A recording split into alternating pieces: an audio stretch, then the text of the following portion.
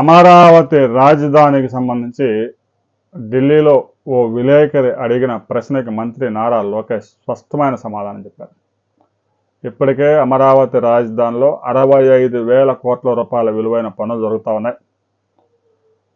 జాతీయ రహదారి నిర్మిస్తే కిలోమీటర్కి 40 కోట్లు అవుతా ఉంటే అమరావతి రాజధానిలో 80 కోట్లు ఎందుకు అవుతా ఉన్నాయి అని ఒక విలేకరి అడిగినప్పుడు, జాతీయ రహదారులు చాలా ప్రాంతాల్లో 4 లైన్స్ రహదారులు, అమరావతి రాజధానిలో 8 లైన్లు.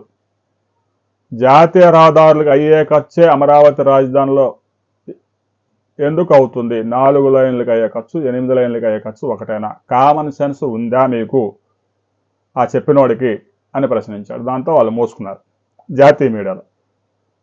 ఇక అమరావతి రాజధానిలో స్పోర్ట్స్ సిటీ నిర్మాణం ఇమ్మీడియట్గా ప్రారంభం కాబోతోంది. ఫేజ్ 2లో ఏవైతే గ్రామాల్లో 7 గ్రామాల్లో భూ సమీకరణ జరుగుతూ ఉందో ఆ గ్రామాల్లో స్పోర్ట్స్ సిటీ నిర్మాణం ఈ ఏడాదే ప్రారంభం కాబోతోంది. అంతర్జాతీయ స్థాయిలో స్టేడియం కూడా ఆ గ్రామాల్లో రాబోతా ఉంది.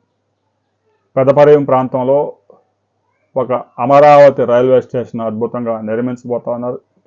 దానికి సమీపంలోనే స్పోర్ట్స్ సిటీ కూడా వచ్చే అవకాశం ఉంది. ఇంటర్నేషనల్ స్టేడియం కూడా నిర్మించడానికి రాష్ట్ర ప్రభుత్వం ఏర్పాటు చేస్తోంది. ఇక జాతీయ క్రీడలు త్వరలోనే ఉన్నాయి కాబట్టి ఈలోగానే స్పోర్ట్స్ సిటీని సిద్ధం చేసి జాతీయ క్రీడలు కూడా నిర్వహిస్తే అటు జాతీయ క్రీడల నిర్వహణకు అవసరమైన ఫండ్స్ కూడా కేంద్రం నుంచి పెద్ద ఎత్తున 3,000 కోట్ల రూపాయలు వచ్చే అవకాశం ఉంది. ఆ నిధులతో ఆంధ్రప్రదేశ్ అమరావతి రాజధానిలో స్పోర్ట్స్ సిటీ ప్రభుత్వ ప్రైవేట్ రంగంలో కేంద్ర ప్రభుత్వ సాయంతో పెద్ద ఎత్తున 12,000 కోట్ల రూపాయలతో అక్కడ మౌలిక సదుపాయాలు ఏర్పాటు చేయబోతా ఉన్నారు. అది ఏ గ్రామాల పరిధిలో రాబోతా ఉంది అనేది కొద్ది రోజుల్లోనే సిఆర్డీఏ క్లారిటీ ఇస్తుంది. ఆ క్లారిటీ వచ్చిన తర్వాత మరిన్ని వివరాలతో మరో వీడియోలో మనం కలుసుకుందాం.